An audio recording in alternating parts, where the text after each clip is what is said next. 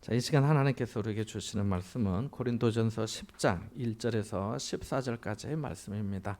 고린도전서 10장 1절에서 14절까지의 말씀 함께 보도록 하겠습니다. 고린도전서 10장 1절에서 14절까지의 말씀입니다. 신약 성경 274쪽입니다. 함께 볼까요? 시작.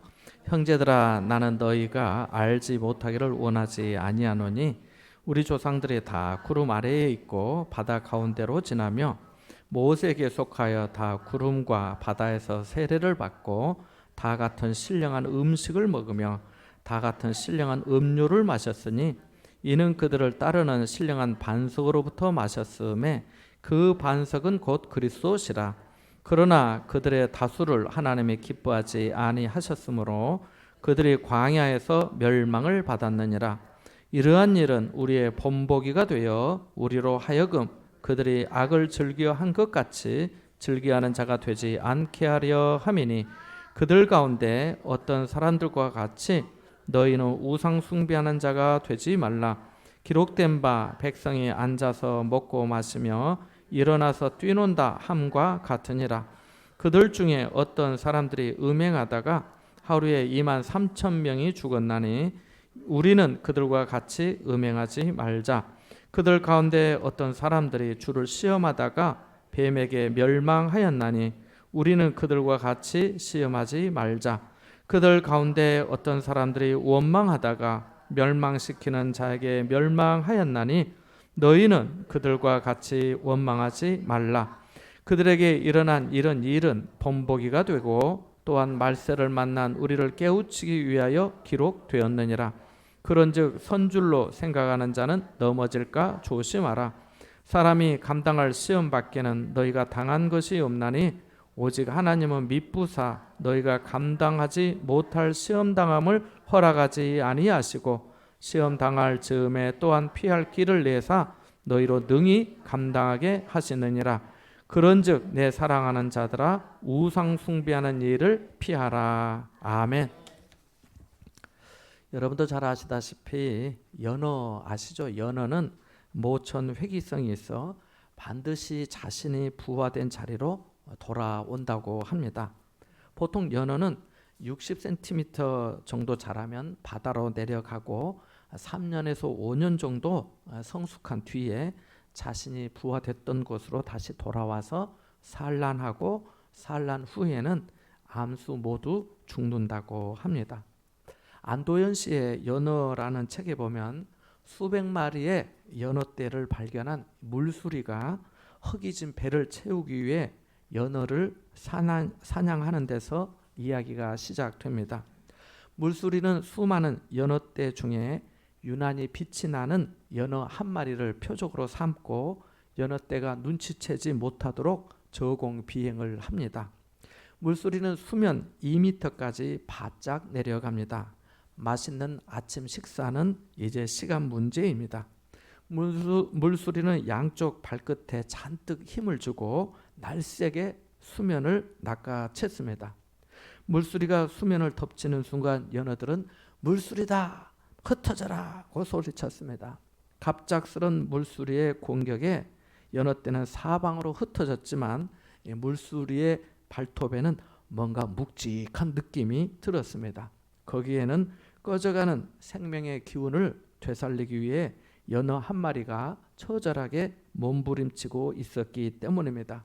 물수리는 자신이 표적으로 삼았던 은빛 연어는 아니었지만 그래도 아침 식사로는 충분한 먹잇감이었습니다.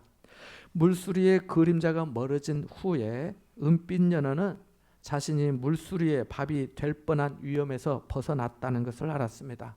그렇지만 어찌된 일인지 용케 살아남았다는 기쁨보다는 살아남았다는 슬픔이 오히려 그를 괴롭혔습니다. 왜냐하면 물수리에게 잡아먹히고 만 그 연어는 강을 떠날 때부터 늘 함께 헤엄을 치던 두세 마리의 새우를 입에 물고 와서 은빛 연어에게 말없이 건네주던 부드러운 꼬리 지느러미로 슬슬 배를 쓰다듬어 주던 그의 둘도 없는 누나였기 때문입니다. 은빛 연어는 혼자말로 누나를 불러봅니다. 그 순간 1년 전쯤 누나와 나눴던 이야기가 생각났습니다. 누나가 은빛 연어에게 말했습니다. 네 몸이 은빛 비닐로 덮여 있다는 것을 아니? 은빛 연어는 내 몸이 은빛이라고 대답하면서 깜짝 놀랐습니다. 누나가 다시 내 등은 다른 연어들처럼 검푸른 바닷물을 담지 않았어. 은빛 연어는 자신의 온몸이 은빛 비닐로 덮여 있다는 사실을 모르고 있었습니다. 다른 연어들처럼 그저 등이 검푸르고 배는 희겠지 하고 생각했기 때문입니다. 누나와 은빛 연어의 대화는 계속 이어집니다. 우리는 불행하게도 자기 자신이 어떻게 생겼는지 모른단다. 왜? 물고기들의 두 눈은 머리의 앞쪽에 나란히 붙어 있거든. 누나는 은빛 연어에게 이렇게 말했습니다. 우리 자신의 모습은 다른 연어들의 입을 통해 알게 되는 거야. 다른 연어들의 입은 우리 자신을 비춰주는 거울인 셈이지 라고 말해 주었습니다. 우리 삶도 마찬가지 아니겠습니까? 우리도 우리 자신이 어떻게 생겼는지 모르고 살 때가 많은 것 같습니다. 내게 사랑이 있는 줄 알았는데 작은 일 하나에도 이해하지 못하고 용납하지 못할 때가 있으니까요. 믿음이 있는 줄 알았는데 어떤 일이 닥칠 때 믿음보다는 불평의 말을 쏟아놓을 때가 있으니까요. 그래서 우리도 자신을 제대로 보기 위해 거울을 보아야 합니다. 다른 사람들의 말을 들어보기도 하고 다른 사람이 어떤 행동을 했는지 살펴볼 필요가 있습니다. 본문의 말씀도 마찬가지입니다. 오늘 10장의 말씀은 8장에서 시작된 우상의 제물을 먹어도 되느냐, 먹으면 안 된다는 것에 대한 결론의 말씀과 같습니다. 이 시간에는 1절에서 14절까지의 말씀을 잠시 생각해 보고자 합니다. 기억나시는 분도 있으시겠지만 새로 듣는 분도 계실 것 같아서 잠시 말씀을 드리면 내용의 전개가 이렇습니다. 고린도 교회 성도들 중에 우상의 신전에서 제물로 드려졌거나 우상의 신전에서 열리는 어떤 결혼식이나 행사에 참여하여 거기서 제공되는 고기를 먹어도 되느냐 하는 논쟁이 있었습니다. 먹어도 된다는 사람들은 우상은 아무것도 아니기 때문에 별 문제가 안 된다고 했고, 먹으면 절대 안 된다는 사람들은 우상의 제물을 먹으면 죄가 된다고 하였습니다. 서로 자신들이 가진 지식을 주장하면서 교만하였습니다. 그래서 8장 1절에 지식은 교만하게 하고 사랑은 덕을 세운다고 하였던 것입니다. 양쪽의 사람들은 모두 다 지식이 있었고 그들 마음에 하나님을 사랑하는 마음도 있었습니다. 그렇지만 더욱 중요한 것은 하나님에 대한 인간의 짧은 지식이 아니라 하나님께서 진정으로 그를 알아주시느냐입니다. 그래서 8장 3절에 보면 누구든지 하나님을 사랑하면 그 사람은 하나님도 알아주신다고 한 것입니다. 고린도의 성도들이 나름대로 지식이 있었지만 그 지식이 믿음이 약한 자를 걸려 넘어지게 하였습니다. 바울은 그것이 가장 안타까웠던 겁니다. 다시 말해 우상의 제물을 먹어도 괜찮다고 하는 사람이 우상의 제물을 먹고 있는 모습을 믿음 약한 사람이 보았을 때 그 사람도 나도 저 사람처럼 해야겠다라고 하므로 믿음 약한 사람이 죄를 짓게 하여 망하게 할 수 있다는 겁니다. 그래서 바울은 약한 이 형제가 실족하게 된다면 자신은 우상의 제물로 드렸던 고기만이 아니라 그렇지 않은 고기까지도 영원히 먹지 않겠다고 한 것입니다. 왜냐하면 그에게는 한 영혼이 더욱 중요했기 때문입니다. 계속해서 바울은 자신이 사도임을 강조하면서 자신이 사도로서 고린도 교회의 재정적인 지원과 후원을 당연히 요구할 수 있고 받을 수 있지만 그 권리까지도 포기하였다고 합니다. 이유는 더 많은 사람을 얻고자 하기 위해 그렇게 했다고 합니다. 자유인이지만 그 자유를 포기하고 오히려 종이 되었고 유대인을 얻고자 하여 유대인과 같이 되었고 율법 아래에 있는 자들을 얻기 위하여 율법 아래에 있는 자와 같이 되었고 율법 없는 사람들을 얻고자 해서 율법 없는 자와 같이 되었고 약한 자들을 얻기 위해서 스스로 약해졌다고 합니다. 왜요? 아무쪼록 몇 사람이라도 구원하기 위해 그렇게 했다고 합니다. 이렇게 하는 것이 자신의 사명이요 자기가 받은 직분이라고 하였습니다. 그래서 목표를 두고 달리는 사람처럼 달리고 또 달렸습니다. 그러면서 우리에게도 하는 말이 너희도 상을 받도록 이와 같이 다름질하라고 권면하였습니다. 바울은 이렇게 자신의 사명과 직분에 대해 권리까지 포기하면서 열정적이었지만 그럼에도 불구하고 겸손함을 유지하였습니다. 그가 9장 27절 끝부분에 내가 남에게 전파한 후에 자신이 도리어 버림을 당할까 두려워함이로다 라고 하였기 때문입니다.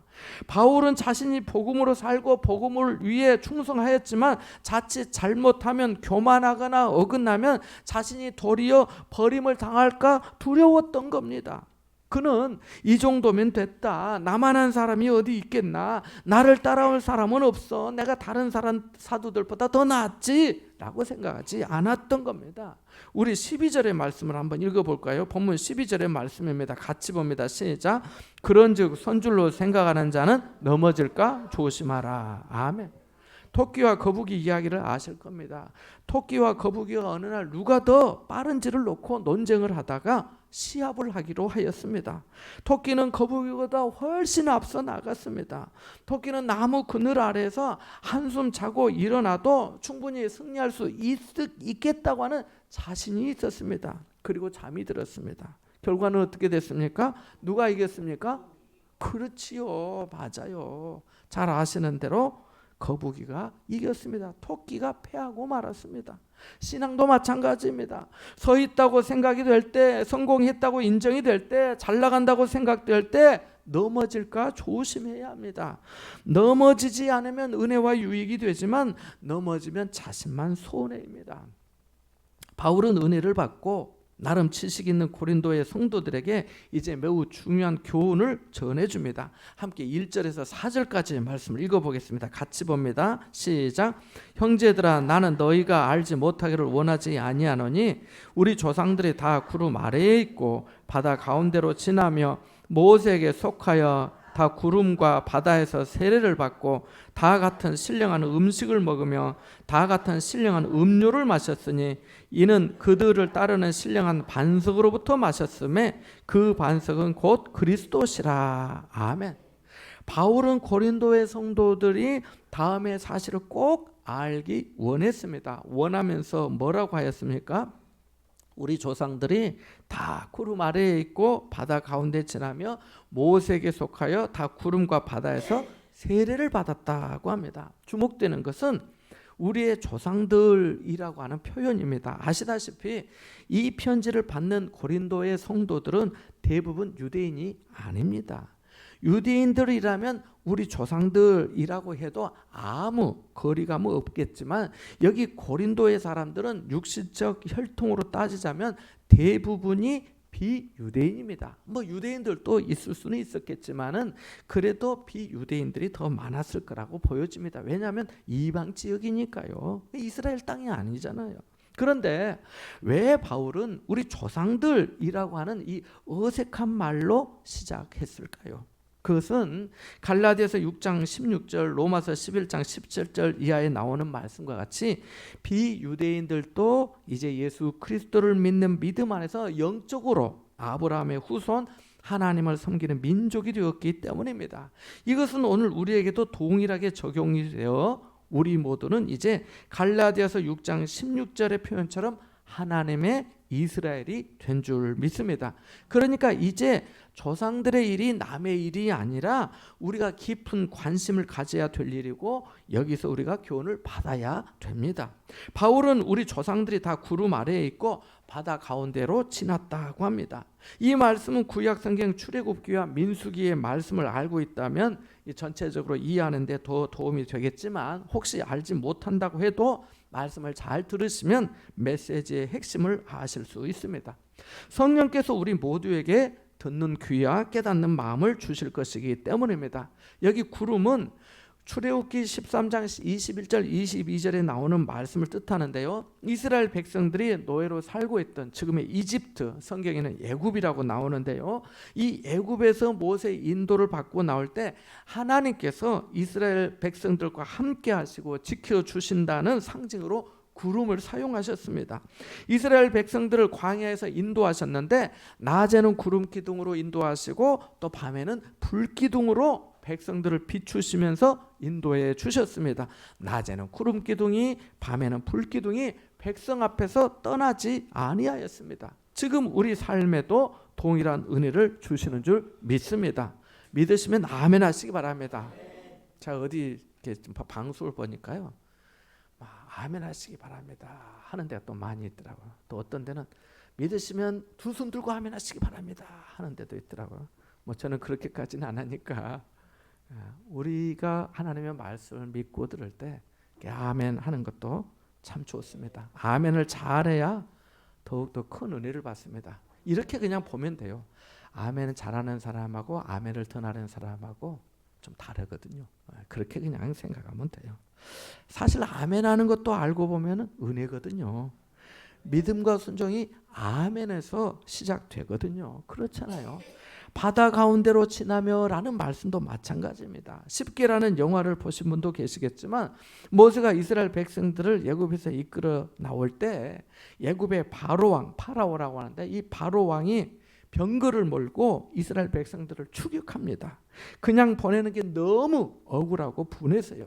그들은 말과 병거를 바람보다 더 빨리 몰아서 이스라엘을 거의 따라잡게 되었습니다.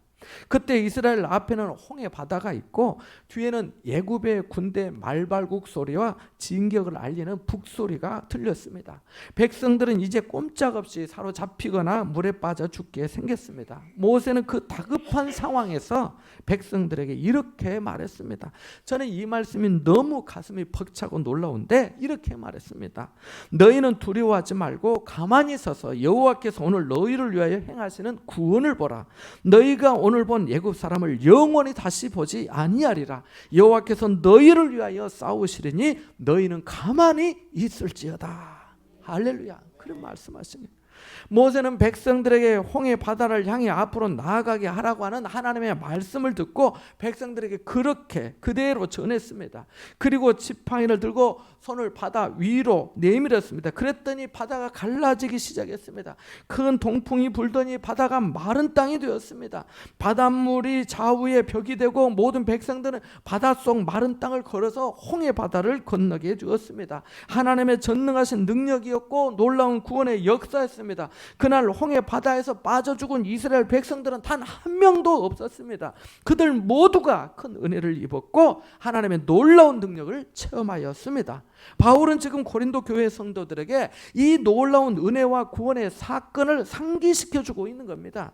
나는 너희가 알지 못하기를 원하지 아니한다는 1절의 말씀처럼 성도들이 이 사건과 교훈을 꼭 기억하길 원했던 겁니다. 바울은 이 사건을 세례와 같은 의미로 보았습니다. 왜냐하면 홍해 바다를 건넌 것 자체가 마치 물로 세례를 받는 것처럼 물속을 통과했기 때문입니다. 백성들이 홍해 바다를 건넌 후에 하나님께 기쁨과 감사의 찬양을 불렀습니다. 죽음에서 건져주시고 원수의 손에서 건져주신 하나님께 감사 찬송하였습니다. 이 사건에서 하나님은 이스라엘 백성들의 하나님이시요 하나님은 자기 백성을 책임지신다는 것을 확실히 증명해 보이셨습니다. 백성들을 향한 돌보심과 사랑은 여기서 그치지 않고 계속되었습니다. 광야 생활하는 동안 하늘에서 만나를 매일 내려주시고 고기가 먹고 싶다고 하니까 메추라기를 보내주시고 목이 마르다고 하면은 반석 큰 넓고 큰 그 바위를 터뜨려서 충분한 물을 주셔서 모든 백성들이 짐승까지 다 마시게 해주셨습니다. 이것을 바울은 3절 4절에서 다 같은 신령한 음식을 먹으며 다 같은 신령한 음료를 마셨다고 한 것입니다. 하나님께서 주신 것이니까요. 자신들이 수고하여 얻은 소산물도 아니고 직접 우물을 파서 물을 구한 것도 아니기 때문입니다. 하나님께서 그저 은혜로 주셨기 때문입니다. 이 모든 것의 근원을 바울은 만유의 주이신 그리스도라고 한 것입니다. 모든 것이 주께로 말미암기 때문입니다. 1절부터 4절까지의 말씀에서 중요한 단어가 있는데요. 다라고 하는 단어입니다. 무슨 단어라고요? 다. 다라고 하는 단어입니다. 1절에 보니까 다 구름 아래에 있고 2절에 다 구름과 바다에서 세례를 받고 3절과 4절에서 다 같은 이라고 말하고 있기 때문입니다. 다른 성경에는 이 다라는 표현이 그들 모두가 이렇게 번역이 되어 있습니다. 그러니까 어떤 누구도 소외됨 없이 모두 다 똑같은 은혜를 입었다는 겁니다. 죽음에서 건짐을 받아 살게 되었고, 억압과 학대에서 벗어나게 되었고, 종에서 자유인이 되었고, 굶주림에서 주신 음식을 먹고 살게 되었고, 목마른 갈증을 해소하게 되었고, 모든 사람이 하나님의 임재와 인도하심을 체험하였다는 겁니다. 할렐루야. 우리는 어떻습니까? 우리도 때를 따라 주시는 일용할 양식으로 모두 살게 되었고, 재난과 사고의 소식 속에도 모두 안전하게 거하게 되었고, 사망에서 생명으로 옮김바 되었고, 흑암의 권세에서 건짐받아 사랑의 아들의 나라로 모두 옮겨졌고, 죄와 사망의 법에서 해방되어 모든 사람이 생명의 성령의 법 아래 살게 되었고, 공고하고 불안한 인생의 평안의 은혜 가운데 살게 된 줄 믿습니다. 그렇지 않습니까? 바울은 고린도 교회 성도들에게 이렇게 하나님의 은혜와 역사를 선포하고 반전을 통해 우리에게 꼭 필요한 교훈을 전해줍니다. 함께 5절에서 6절의 말씀을 읽어보겠습니다. 같이 봅니다. 그러나 그들의 다수를 하나님이 기뻐하지 아니하셨으므로 그들이 광야에서 멸망을 받았느니라. 이러한 일은 우리의 본보기가 되어 우리로 하여금 그들이 악을 즐겨한 것 같이 즐겨하는 자가 되지 않게 하려 함이니. 아멘. 여러분 혹시 주변에서 하나님의 큰 사랑을 받았던 사람이 주님을 떠나 살고 있는 것을 보신 적 있습니까?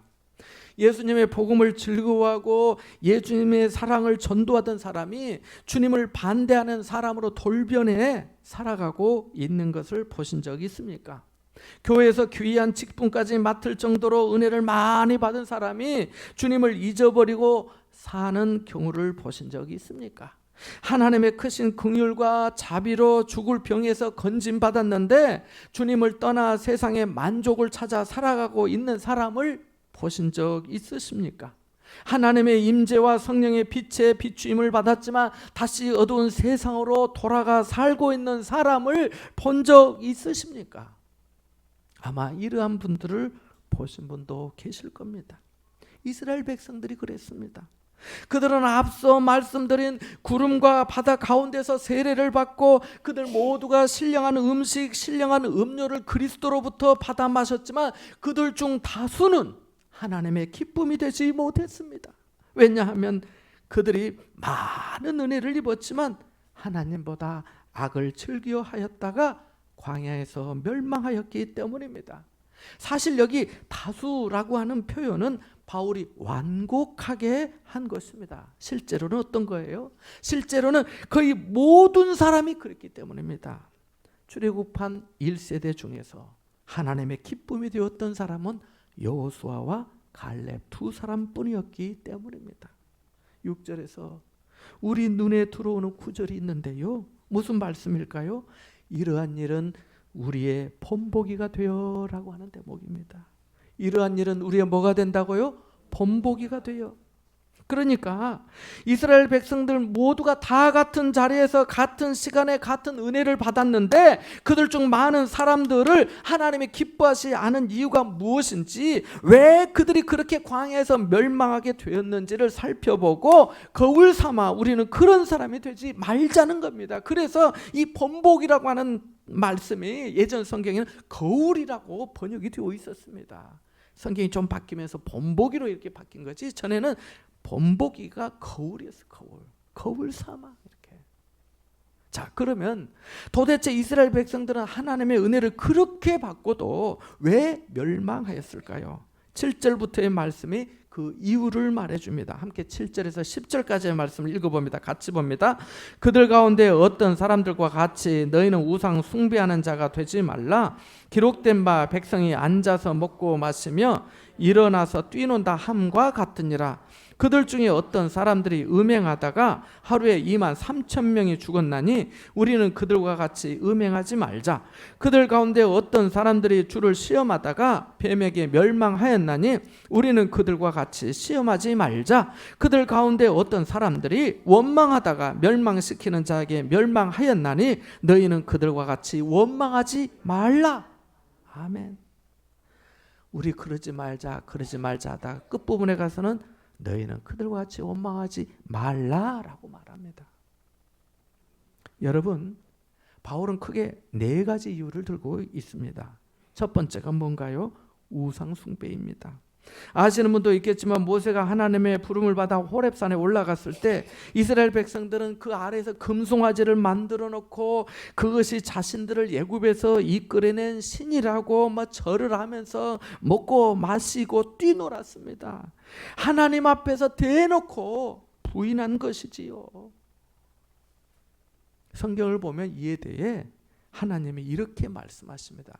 내 백성이 부패하였노라. 내 백성이 뭐하였다고요? 부패하였다고 말씀하십니다. 백성들의 마음과 정신이 썩었다는 것입니다. 우상을 만들고 그것을 찾아가 절하고 그 앞에서 먹고 마시는 것은 하나님의 은혜에 대한 부정이요, 자신을 부패하게 하는 것입니다. 썩은 것은 버려질 수밖에 없어요. 두 번째 이유는 뭔가요? 음행입니다. 구약 성경을 보면 우상 숭배를 음행과 관련해 지적하는 것을 자주 볼 수 있습니다.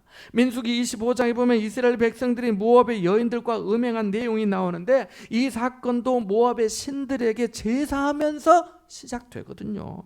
거기서 이스라엘 백성들이 그 신들에게 절하고 음행의 죄를 짓게 됩니다. 하나님은 이러한 죄에 연병을 보내서 2만 3천 명을 죽이십니다. 세 번째 이유는 주님을 시험하다가 뱀에게 멸망하였습니다. 이것은 민수기 21장 4절 이하에 나오는 내용으로 백성들이 하나님과 모세에게 불평한 것을 뜻합니다. 백성들이 이렇게 말했거든요. 그때 이곳에는 먹을 것도 없고 물도 없도다. 우리 마음이 이 하찮은 음식을 싫어하노라. 뭣도 없고 있는 것을 생각 안 하고 없는 것만 세는 거예요. 이 말을 들으신 하나님이 불뱀을 보내 많은 백성들을 물어 죽게 하십니다. 네 번째는 원망입니다. 원망. 이 원망은 민수기 14장에 나오는 이야기로 하나님이 세운 지도자 모세와 아론에 대한 백성들의 원망을 말합니다. 사람이 하나님에 대한 두려움이 없으면 하나님이 세운 사람을 아주 가볍게 생각하는 경향이 있습니다. 이스라엘 백성들은 가나안 땅을 40일 동안 정탐하고 돌아와 보고하는 이 정탐꾼 10명의 말을 듣고 우리를 죽이기 위해 여기까지 데려왔냐고 하면서 모세와 아론을 원망하고 돌로 쳐 죽이려 하였습니다. 이제까지 산 거는 누구 덕에 산 건데요? 누구 은혜로 산 건데요? 누가 기도했는데요? 하나님에 대한 원망이나 하나님의 세운 지도자에 대한 원망을 하지 말아야 합니다. 결코 자기에게 복과 유익이 되지 않습니다. 지식이 있고 지혜가 있다 하고 교회를 자신이 잘 알아서 하는 말일 수도 있지만 어쩌면 하나님께서 그것을 기뻐하지 않으실지도 모릅니다. 고린도 교회 성도들에게 있었던 문제도 바로 이런 점 아니었겠습니까? 그들은 믿음이 있긴 있었지만 하나님을 소홀하게 생각하고 자신들의 주장이나 습관에 문제가 없다고 생각했던 거 아니겠습니까? 우상이 뭐 별거라고 그냥 다녀도 되고 먹어도 되지, 이렇게 생각한 거 아니겠습니까? 사도 바울에 대해 비판할 수도 있고 비판해도 된다는 나름의 지식과 판단이 있었던 거 아니었겠습니까? 그래서 11절 12절에 그들에게 일어난 일은 본보기가 되고 또한 말세를 만난 우리를 깨우치기 위하여 기록되었느니라. 그런즉 선줄로 생각하는 자는 넘어질까 조심하라고 한 거 아니겠습니까? 여기 본보기도 거울이에요. 거울. 예전에도 거울로 되어 있어요. 사랑하는 여러분, 본보기는 거울입니다. 샘플이에요. 믿음 생활할 때 좋은 본, 은혜가 되는 본, 사랑이 되는 본, 교회의 덕을 세우는 본, 감사의 본, 겸손의 본, 섬김의 본, 인내의 본, 순종의 본, 헌신의 본, 존경의 본을 잘 본받으시기 바랍니다. 그것이 말세를 사는 성도에게 있어 믿음의 복이요 지혜입니다. 다 같은 은혜를 받았는데 다 같이 천국 가야 되지 않겠습니까? 오늘 은혜교회는 주님의 은혜 가운데 10번째 생일을 맞이하게 되었습니다. 학교로 치면 개교 기념일과 같은 날이지요. 개교 기념일은 학교가 쉬지만 교회는 더욱 감사하며 기쁨으로 예배하는 날이지요. 처음 교회를 개척할 때 10년은 감히 생각지도 못했습니다. 개척 자체가 여러 가지로 너무 어렵고 힘든 일이었기 때문입니다. 전에도 말씀드렸지만 한 3년 해보고 안 되면 그냥 접어야 되겠다 그런 생각했어요. 정말로. 그런데 어쩌다 보니까 여기까지 왔네요. 이거 죄송한데 하나님께 어쩌다 보니까가 아니고 그런데 하나님 주님의 놀라운 은혜로 그동안 은혜교회가 정말 구름 아래에 있게 하시고 바다 가운데로 지나게 하시고 신령한 음식과 신령한 음료를 그리스도 우리 주 예수님께서 허락해 주셔서 여기까지 왔습니다. 모든 시간이 하나님의 은혜였습니다. 이게 진심입니다. 그리고 지금까지 함께 인내하고 사랑하며 기도하고 겸손히 섬기면서 헌신해 주신 모든 분들에게 진심으로 감사의 말씀을 드립니다. 장애인 친구들도 있고 원자력 병원에서 암 환자분들을 섬김으로 또 일반 교회와는 분위기도 또 목회도 좀 다른 특성이 있는 교회지만 그래도 하나님께서 우리 모두에게 은혜를 주셨고 앞으로도 인도해 주시리라 믿습니다. 여러분에게도 하나님께서 더욱 크신 은혜와 복을 허락해 주시고 여러분을 통해 기뻐하시리라 믿습니다. 하나님이 기뻐하시는 성도, 하나님이 기뻐하시는 은혜교회 되기를 축원합니다. 잠시 말씀을 묵상합니다.